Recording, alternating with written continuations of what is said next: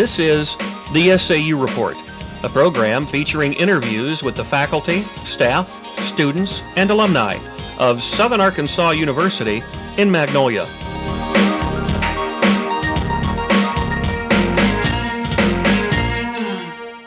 Good evening, and welcome to our program. Today I'm being joined by Dr. Stephen Gamble. Dr. Gamble is the president of Southern Arkansas University here in Magnolia, and today he's going to be talking to us about a variety of things, ranging from school policies to issues on a more personal note. Dr. Gamble, thank you for joining us. Well, thank you for having me. So how have you been? Doing well. Allergies flare up every now and then, but other than that, doing fine. Dr. Gamble, describe some of your job responsibilities as a university president. Well, I'm responsible to the Board of Trustees for essentially everything that happens at the university, from the academic side to the residential side to the social side. I serve as the chief spokesperson for the university. I'm the contact person of the liaison to the governor and to the State Board of Higher Education and to the General Assembly. So I kind of have to be all things to all people. Because of all the different hats that you wear, do you find that your job can be somewhat overwhelming at times as being a university president? Yes, it can. Just the number of hours it takes to try to do the best job that I can do sometimes is nearly exhausting. Still, it's if you have good people to work with, you can get the job done, and I'm fortunate to work with some very good people. Yeah, you've said that before to me. What are some of the things that you like about your job? And I sound almost like a cliche, but truly working with both the students and the faculty. I honestly think I've got just about the best job in the world. I am in a position to play a key role in people's lives through helping them get the preparation they will need to be successful in their chosen career. So it's I guess when you actually see that you're making some progress with a student singular or the student body plural, and indeed working with the faculty who are some of the brightest people that you will find in society. It's a very rewarding job. what are some of the things that you dislike? I'm not too enamored with the political side. I'm basically an apolitical person. In my job, I have to be political to a certain extent. I'm not sure that whatever talents I have lend themselves to the political side. I don't like some of the things I have to do, but am required to do to be a responsible college president, either in terms of discipline or enforcing policies that I personally might not have set, but I'm still nonetheless tasked with enforcing them. Any particular policies or situations you have in mind? Oh, none that I feel comfortable enough talking about. My philosophy is that like I think everybody at the university, everybody in society, whatever we are responsible to do, we do. If you get to the point that you are so against something that you are required to do, and you can't negotiate out of that with your superiors, the time has come to quit. So nothing I would discuss anyway. What was your original impression of SAU when you first assumed the responsibilities of a university president? Well, I was very impressed. I think initially with the city of Magnolia and just the genuineness and the friendliness of the people, and then with the university and its people. I see a university with a lot of potential, a university that is helping a lot of people meet the goals that they've established for themselves, and I think I saw that early on. Now, you took over as president of SAUM, replacing Dr. Harold Brinson. Right, Dr. Brinson. And there was somewhat of a scandal that surrounded his departure. What do you know about that? I wouldn't call it a scandal. I think every at least college president reaches a time in his or her career when it probably is time to move on. My time will come. I'm not sure when, and probably in Harold's mind, his time was about there to take advantage of the retirement opportunities. But I will say this: the university that was turned over to me by Harold Brinson was in good shape. Had good financial reserves. The hiring policies had resulted in the employment of a very good faculty and staff, and I'll always be grateful for Harold for leaving the university in as good a shape as he left it. And so you didn't feel as though you had a huge mess to clean up after you took over? Oh, no. Oh, absolutely not. Okay. One of the things that I was impressed by when I first came here, and I've been here since the fall of '93, was the fact that with you being a university president, the fact that you know so many of the students by their first names, which is something that a lot of transfer students that now attend school here that I know, they thought that was kind of unusual because many of them have gone to bigger schools, and so to the university president, whenever he or she would see any of the students around campus, they would just be like a number. You know, he or she wouldn't really be personally acquainted with them. So is that something that you've always, is that a policy of yours that you've always had to get acquainted with each individual student? I don't know as many as I would like to know, but it kind of goes back to the first question you asked me, or one of the first, about what do I enjoy most about the university, and I answered the students. So I try to be around the students. I teach a course every fall semester that has about 50 students in it, almost all freshmen. It's one of the history survey courses. So I just... That allows you the opportunity to get to know a lot of the yes, the and through meeting with the organization presidents in the 60-plus group, and just other opportunities that I have. You were recently appointed as chairman of the Arkansas Higher Education Committee for a 2-year term. Congratulations on that. Oh, well, thank you. What responsibilities come along with this position? I will, in essence, be the spokesperson for the presidents and chancellors. There are 33 institutions of higher education in Arkansas. Each one has a president or a chancellor. I will represent those people in conversations and meetings with the governor and with the General Assembly to state the opinion of higher education on some of the important topics that are facing the state. You also chair the Arkansas Department of Higher Education Productivity and Strategic Planning Committee. What does this position involve, and how do the two positions interrelate to one another? Well, they're two separate positions, really. The second one is chair of the Productivity and Strategic Planning Committee. Involves the creation of a strategic plan for higher education for all of Arkansas. There's a 10-member committee that's all presidents and chancellors that are designing the plan. The productivity part of that is that the state is demanding more accountability out of higher education than ever before.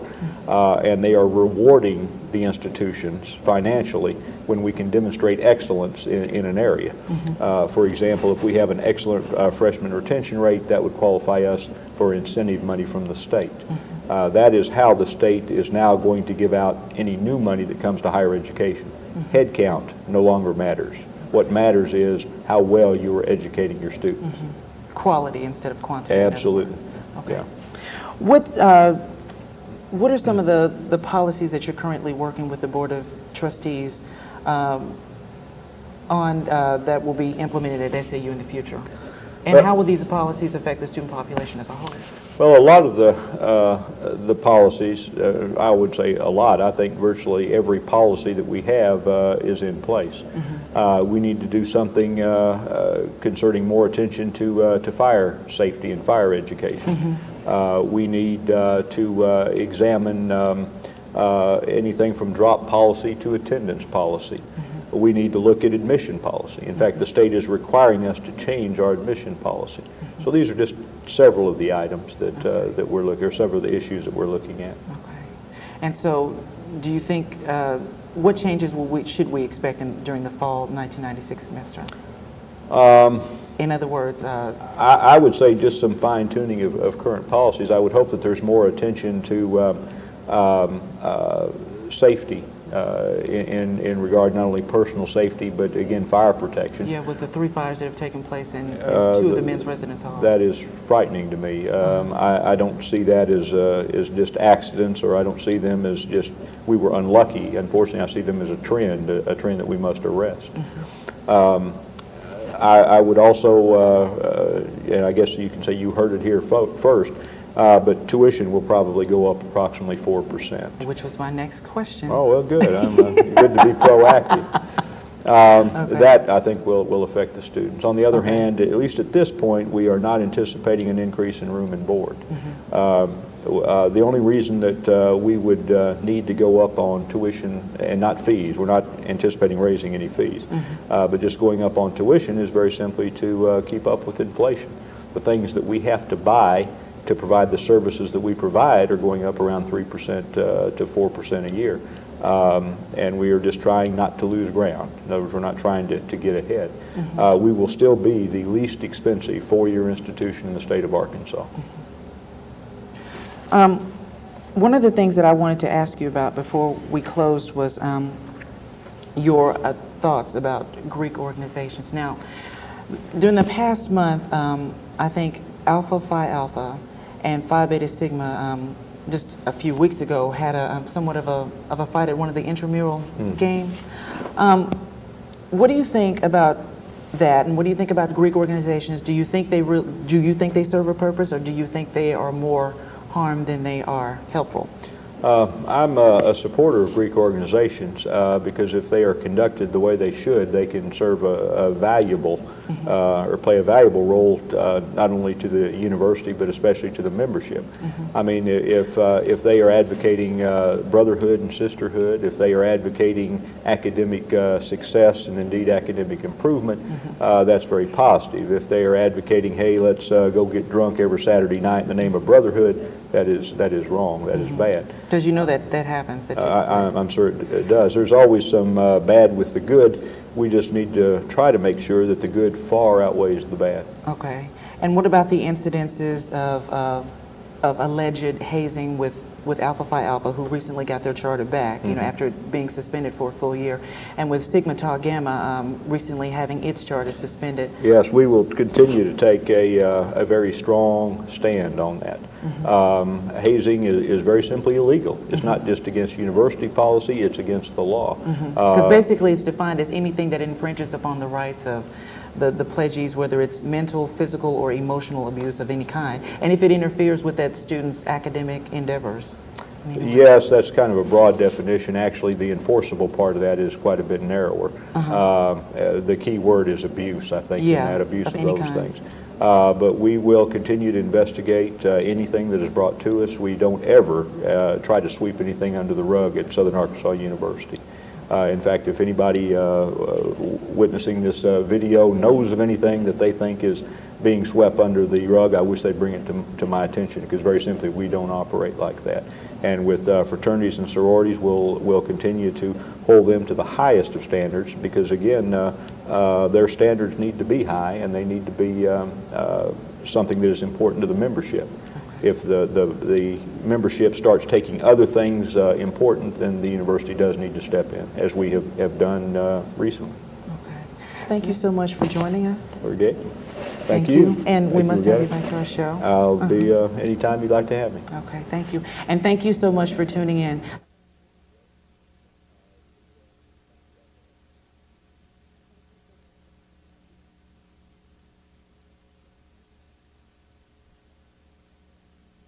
Claudia Lyons, Assistant Professor of Nursing and the newly appointed Director of International Students Admissions. Claudia's nickname is Penny. Welcome, Penny. Thank you. Penny, when did you first come to SAU, and what was your position and duties here? I first came to SAU in 1982, and I started as an instructor of nursing, and now I'm an assistant professor of nursing. This year, SAU is going to be graduating about 98 nurses, and when you did come to SAU in the nursing department, at that time, about how many were you graduating then? How big was the department then? It was much smaller. I remember one graduating class when I first came had about 26 students in the graduating class, and the largest graduating class that we've had to date is 116. Ooh. When were you appointed the International Students Admissions Director, and how did this come about? Well, I was appointed February 1st of this year, And it came about, I read my email, and it was advertised. The position was advertised on email, and I responded to it and got the position. Okay, were there others that applied that you know of, or did they give you tests, or, or just what was the No. procedure? No, I just interviewed for the position, and I'd had previous experience with international students. Oh, okay. Will you continue in your teaching position along with this, or will you be giving that up? As it stands now, I am 3/4 time in the nursing department, and I will be 1/4 time with the international student admissions. Did you seek out the international students admission job because that you had an interest in exchange students? Yes, I have a background starting in 1988. I became interested in international students on the high school level, and it's just evolved, and I really enjoyed that, and I wanted to get back into that. So. You became interested in the exchange students at the high school level. How did that come about? Did you meet somebody that was also interested in it and they got you into it, or just how did that come about? It was a national program for high school exchange students, and how it came about is my aunt wanted to host a student from Holland, and there was no representative in our area, not even anywhere within 100 miles. And she asked me if I may be interested in it, and I thought I might be, so I had some training and got involved in it and worked with the program for about 5 years. Now, today, in the area, about how many exchange students would you say are in the area?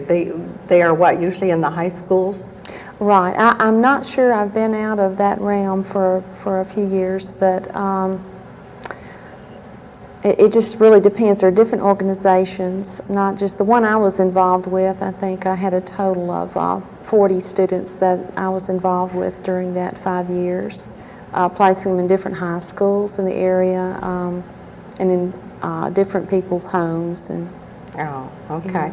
What would be the criteria for somebody taking in an exchange student in their home? What were you looking for? They would have to have a stable home environment. And there were applications and certain criteria that they had to meet, income criteria, etc., that they must have met before they could get an exchange student. Would one of the things be that they have children themselves, so that there would be some kind of a companionship going on? That's an ideal situation, but that's not necessary. About how many exchange students have you helped find homes in the area? Approximately 40. Okay. Boys and Boys girls? and girls, right. Okay. About what age group? Is it usually the last year of high school, or when does it start with the exchange students? Our particular organization was 15 to 18 years of age, so I had a range of ages. Usually they were 17 and 18-year-olds. Did you find it difficult in interviewing homes or people in their homes, and is there some legal procedures that they have to go through to apply for?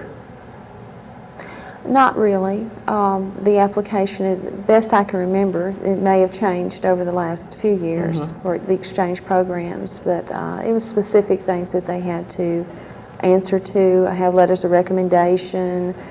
Schools had to approve that the student could attend there, etc. You know, so there were several. It wasn't just a one-page application. It was several things that they had to do to be accepted. Did you find the schools interested in this project? Most of them, yes. And I worked with principals, and I worked with the counselors. And it was, you know, they had questions about a student's transcript, and I could help them with that. Yeah. Language problems. did you find the students in general in the high schools were acceptive to having a foreign student in the schools? Yes, yes. They were usually very excited. They like to bring those students in, especially to their classes, their history classes, geography classes, and they could really give some interesting details that weren't in their books. And so, that would be very interesting. Through the years, you've had students stay in your home also. that's correct. Could you tell me a little bit about the exchange student from Norway that you had stay with you? I had 4 students total, 2 from Germany, 1 from Norway, and 1 from Holland. The one from Norway was Catherine Stensland. She was a wonderful student, a 4.0, Ooh. and she was 4.0 in everything, not just in her academics. She was a cheerleader for the foot. She had never been a cheerleader, and she came to this country, and she was so excited because she made the cheerleading squad, and she did that. She played basketball for the first time, and she was just an all-around good student. Great. Good person. And have you been able to find out what she's done with her life since she's left?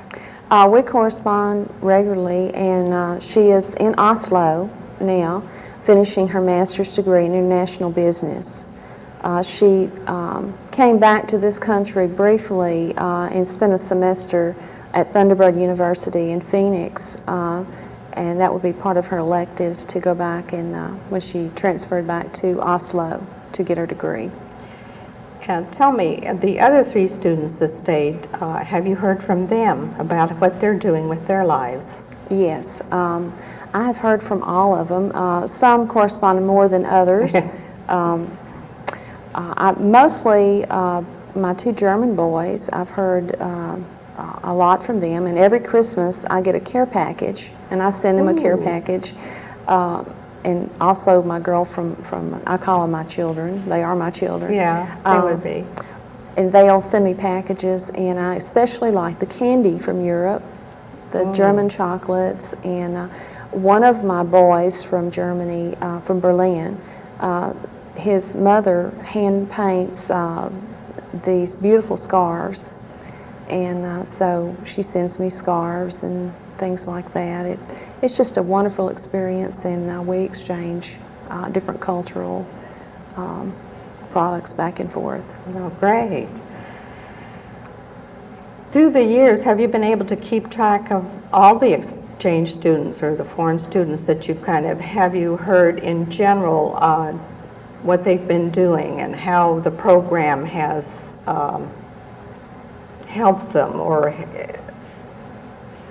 they, what I've been told by students that have gone back is they told me it's helped them in their English abilities in their countries. They're able to speak more fluent English. The hardest thing when they first came was our slang words. And so they picked those up real fast, but they have been able to speak better English in their countries, and that's been a plus for them. You have 2 boys? Yes, I do. And how did they react to your foreign students staying with you in the home? When they first came, they really didn't know about these strange kids, but once they really became friends, and they realized they were just like them. They just spoke a different language, and but they learned a lot. They picked up a lot of cultural things that I think are really important to understand. Is there a group of exchange students in the area now do they get together as a group and have cookouts or picnics and compare notes and that sort of thing? Well, I'm looking at the college level now.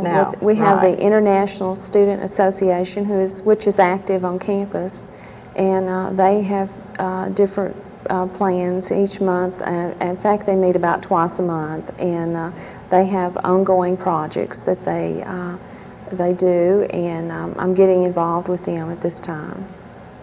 Penny, I want to thank you very much. Thank you. Enjoyed being here. Thank you.